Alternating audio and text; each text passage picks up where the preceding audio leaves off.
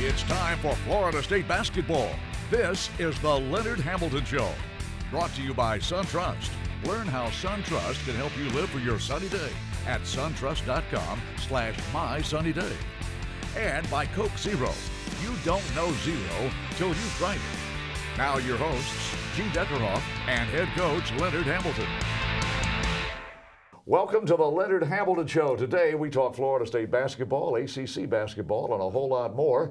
On today's show, we'll look at highlights of FSU Miami, FSU versus North Carolina State, and also visit with former Florida State Seminole, Theron Mays. Coach, congratulations. Big win over North Carolina State Wednesday. Well, thank you very much, Gene. I thought the guys really were focused defensively in the first half. We did a very good job. Coach Gates did a great job in the game, helping him with a game plan. He was his scout. I thought our guys made outside shots that we have not been making consistently from the perimeter, and we took good shots. And there was a lot of enthusiasm and a tremendous amount of effort. I was very proud of our team. Florida State beating North Carolina State on the road, and earlier in the week, Florida State took on the Miami Hurricanes on their home court down at Coral Gables, and the Miami Hurricanes showed why they are the 9th-ranked team in college basketball. FSU highlights versus Miami versus North Carolina State, and an interesting feature on a former Seminole that has a son that plays at Florida State right now. His name is Theron Mays. That's all on today's show. Stay with us.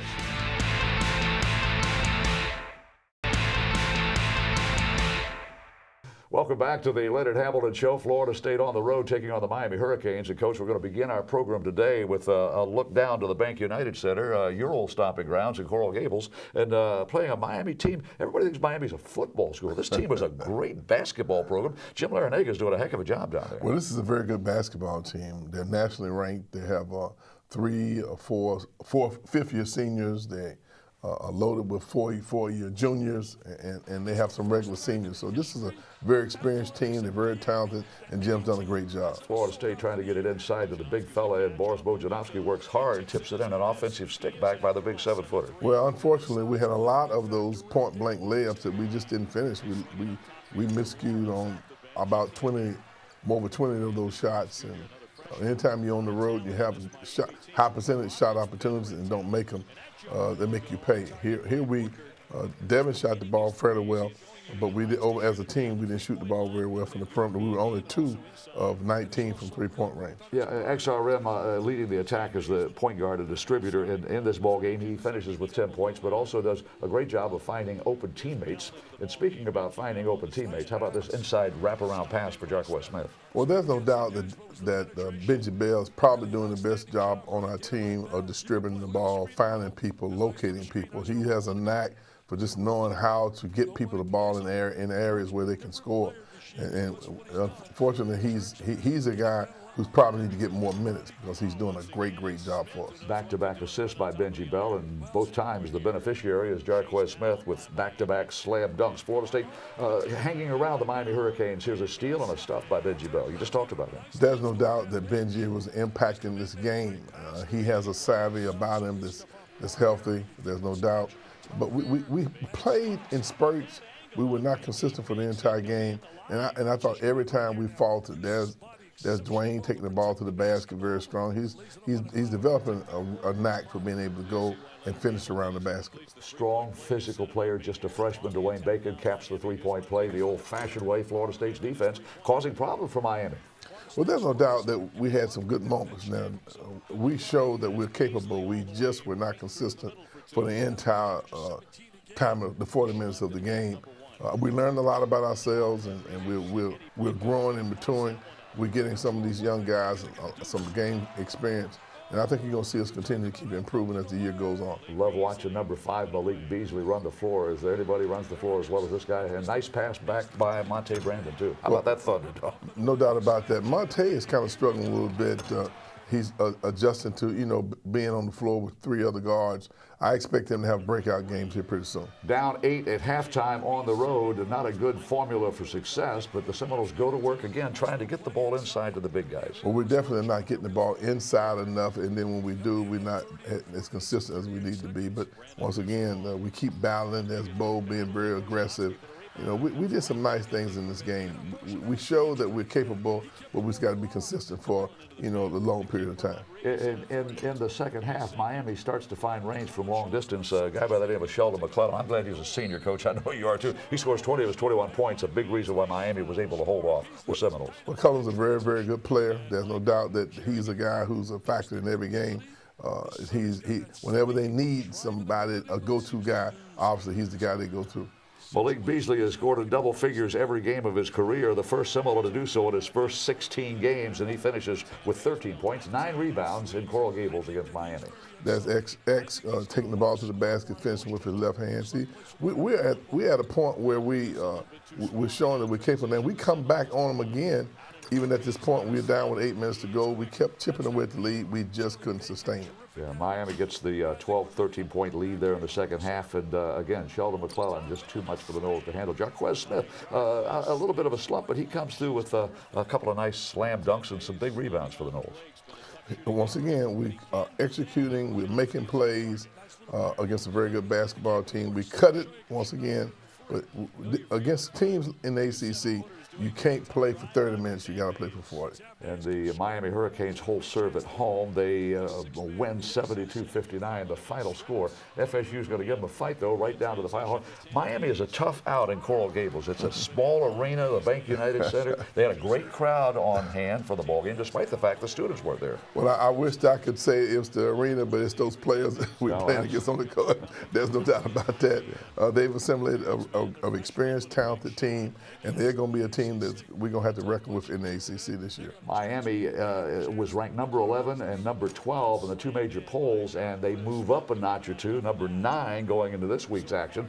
And Miami is the real deal, an upper-tier team, obviously. And, hey, Florida State, Miami, we both have won an ACC championship over the last 6 years. Well, there's no doubt that they're a team that's one of the best teams in the ACC, and I'm looking forward to the game when we return to Tallahassee. Leonard, you mentioned three-point shooting, a problem, just 2 of 19. You see the numbers, just 10.5% from beyond the arc. To win in the ACC, you've got to knock down those outside shots. And I still hold to the truth that we're a pretty good perimeter shooting team.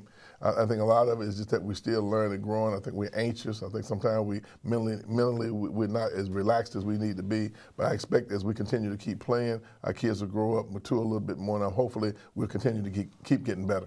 72-59, Miami defeats Florida State. The Seminoles are going to go back on the road earlier this week and take on a North Carolina State team in Raleigh on their home turf. Coach, what is it about our schedule? 4 of our first 6 games are on the road, 6 of our first 8.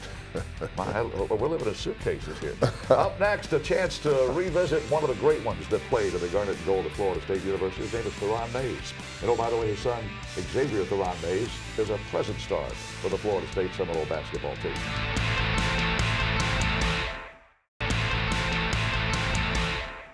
Welcome back to the Leonard Hamilton Show. You know, Coach, it seems like it was just yesterday, but by God, it's been back to 1988-89 when a young fellow from New Hampshire, Theron Mays, enrolled at Florida State University, came down with a brand new coach by the name of Pat Kennedy, and he put some big numbers on the board, Coach. Theron Mays. Now, he wore number 22, and he's the 22nd leading scorer all time. Well, he's one of our biggest supporters. There's no doubt that he's a Seminole, true at heart.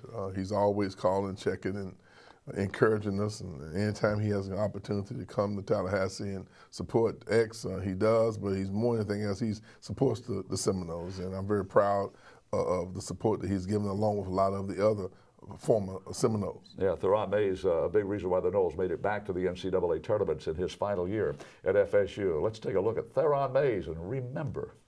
Xavier Rattan Mays had his best game of the season against North Carolina. One of the reasons?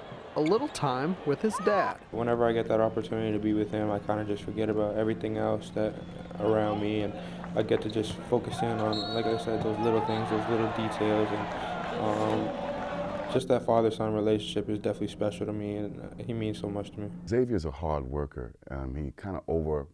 He's tougher on himself than he should be.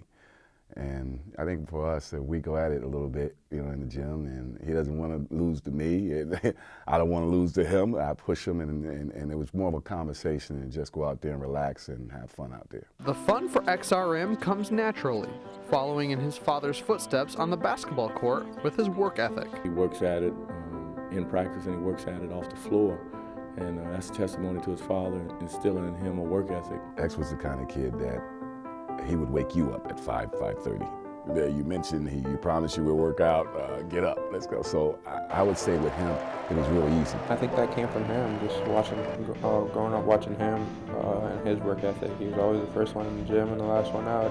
Father and son both noticed the work paying off in high school, where, despite protests from his dad, Rattan Mays began winning when the two would play. Probably senior year in high school, and he just couldn't, he didn't have the physical aspects to be able to keep up anymore. And it was a tough night for him. I don't think he talked to anybody in our family that night. He just went about his business. But he'll still say he can beat me to this day. But I think that's just his competitive spirit. When I really realized he was headed in the right direction was his senior year in high school. I could see it in his body language, and his shot, and his poise, his confidence level. The way he walked, he stood tall. So at that point, I realized he was going to be something special. And when it came time to choose a college, Rattan Mays chose his father's alma mater. I always had in the back of my head just to be able to, as a young kid, I think a lot of kids in my position with a father that's played at this level, and you always kind of want to follow in their footsteps. You want to do some of the things that they did with their career, and just like I said, follow in their footsteps, and that was huge for me to be able to come here. Going through the process, it was him making his own decision on that. Of course, I was biased a little bit towards my university. I wanted him to come down. I felt like coming down here helped me become a man, coming from Connecticut, and him being from up north. I just thought that this could be an experience and help him grow to be a young man. Theron starred for the Seminoles in the late 80s, averaging more than 23 points a game in his final year in 1990. Xavier knows the success his father had at FSU and has his sights set on his father's numbers. Try and be able to break some of his records and just to do some of the things that he did, and I think that was the biggest factor for me. I think it's very important to X, but I also think it's important to his dad. I think his dad would be very, very proud to have his son outdo him. All while wearing his dad's number. That was huge for me and my family to be able to continue on what he did here, and kind of just be that extension for him. And wearing his number was, he might not have said it too much, but I think that was really, really special for him.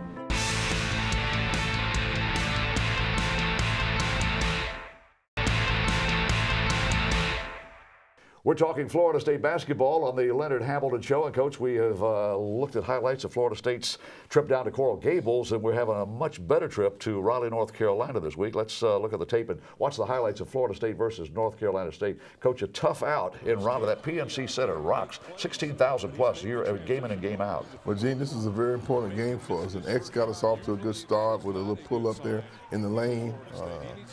We almost had to put 2 or 3 guys on their best player, Cat Barber, because he's such a good player. Ball falls in our lap there. We're able to get a little lead there early on, and I'm not real sure we ever lost the lead the entire game. No, it's funny how sometimes the ball bounces your way, sometimes it doesn't. We get the benevolent bouncer too early in this ball game, take the lead and never look back. There's no doubt about that. That was a good shot there by Beasley, and it bounced way up in the air, but it did fall back in. Has Dwayne getting his shooting touch back. Offensively, I thought we were in rhythm. We moved the ball, we made the extra pass, we got out in transition, got some easy baskets.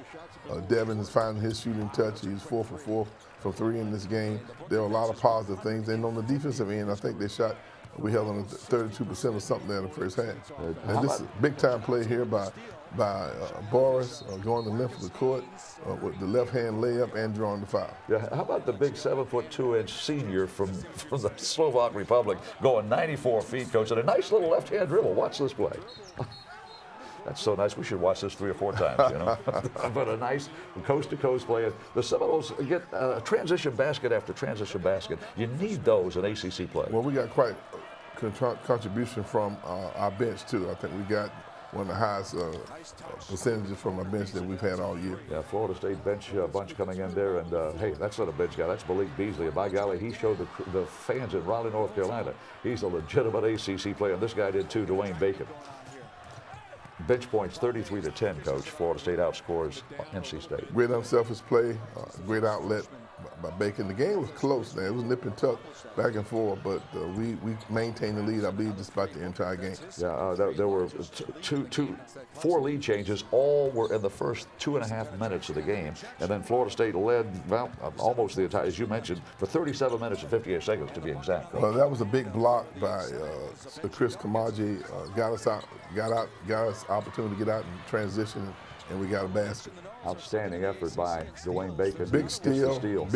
He pushed the ball down the court, and Devin was able to finish it off the miss. But that's anytime you can get a steal and get an easy opportunity, that's great for your team. Devin Booker, 18 points a year ago at home against North Carolina State, and he comes through with another outstanding game, particularly in the score column. We spread the offense around. I mean, everybody was playing with a lot of unselfish spirit. That's a great pass by X to Boris. It just shows the X is really developing into a real decision maker for his teammates. He leads the Atlantic Coast Conference in assists, and he had 7 assists in this ballgame. Well, and here in that play there, you had Terrence Mann, who had 9 rebounds. I mean, that was a tremendous play there. There's no doubt that was a highlight of the game. Beasley went baseline and got a slam dunk. It just shows a little bit about his athleticism. And anytime you can shoot the ball as well as he does, people have to close out on him. But that was a tremendous play. Got our players fired up on the bench. Another block. We had 8 blocks up. I think we had 6 blocks from our bench. Yeah, Terrence Mann had that block, and he stuffed the stat sheet, Terrence Mann, in probably a career game in Raleigh, North Carolina. Coach, we continue to attack in transition. Well, we've been emphasizing that all year long. Get out in transition and see how many easy baskets we can get. We struggled a little bit in the half court, but you see us now getting better in half court. And there's Dwayne Bacon misses, but Chris Kamaji with a slam dunk. I thought he got robbed of a dunk early in the ballgame. Well, here again, Chris has given us tremendous energy. He's long, he's athletic, and he's very competitive. Here's one of 4 made 3-point shots by Devin Booker. His last trip to Raleigh, he's a senior.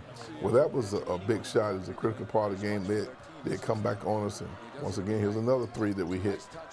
They went under the screen, and even though X is not shooting a high percentage, but you can just tell that he still has the confidence. 9 of 17 from beyond the arc, including another dandy from Devin Booker, 52.9%. You can win basketball games hitting that high percentage. But it was a great setup by X. You know, he's given really good our players good shots in good positions where they can score. Devin Booker off the bench was 6 of 9 from the floor, and he also helps at the defensive end. And the Seminoles with another one of those fast breaks. How about this slam dunk by Malik Beasley? But once again, that's XRM giving him in a position where he can score. A great team play. You like seeing Malik Beasley at the free throw line too, don't you? He's pretty good from 15 feet away with nobody on it. Florida State wins on the road in Raleigh. Notch victory number 1 in ACC play. And Coach, it takes great shooting, protecting the basketball, and oh, by the way, you need to hang with them on the rebounds. Well, we knew going in this game if we was going to be successful, we don't definitely have to hold our own on the boards. We had somewhat of an advantage there in the first half. But I thought in the second half they really pounded the glass, and we still got out rebounded by 1. Leonard, 22 of the 85 points the Seminoles put on the scoreboard in Raleigh were from Malik Beasley, one of a handful of very talented freshmen. He scores 20 points or more in the 7th game of the season. That's a tremendous run by a young fella. Well, we're very proud of what our young guys are doing. They're developing, and sometimes because they are talented, you don't expect them to make mistakes, but they're still growing, they're learning. We looked up once again last night, we had 4 freshmen on the court at one time. Holding our own on the road in the ACC is challenging, but you can just tell they're growing and maturing with each game. Florida State beats North Carolina State in Raleigh. Up next, another ranked team comes to the Tucker Center. Florida State will host Virginia on Sunday evening at 6:30. We'll talk about the Cavaliers in just a moment.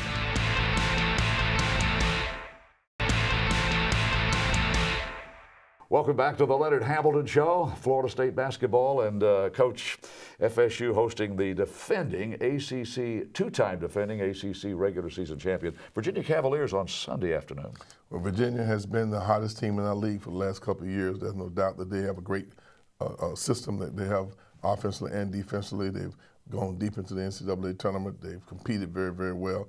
And once again, we have not fared very well against them the last couple of years. And we really know how important this game is for us, and it is also for them. 6:30 tip-off. Florida State takes on the Virginia Cavaliers at the Donald L. Tucker Center. Hope to see you at the center on Sunday night. That's it for today's show. Thanks for joining us, and thanks for supporting Florida State basketball. Go Noles! This has been the Leonard Hamilton Show, brought to you by SunTrust. Learn how SunTrust can help you live for your sunny day at suntrust.com/mysunnyday. And by Coke Zero. You don't know zero till you've tried it. They're inches. Watch Mr. Beast. Are you kidding me? Up and away. Slam jam bam. Here we go. Highlight time.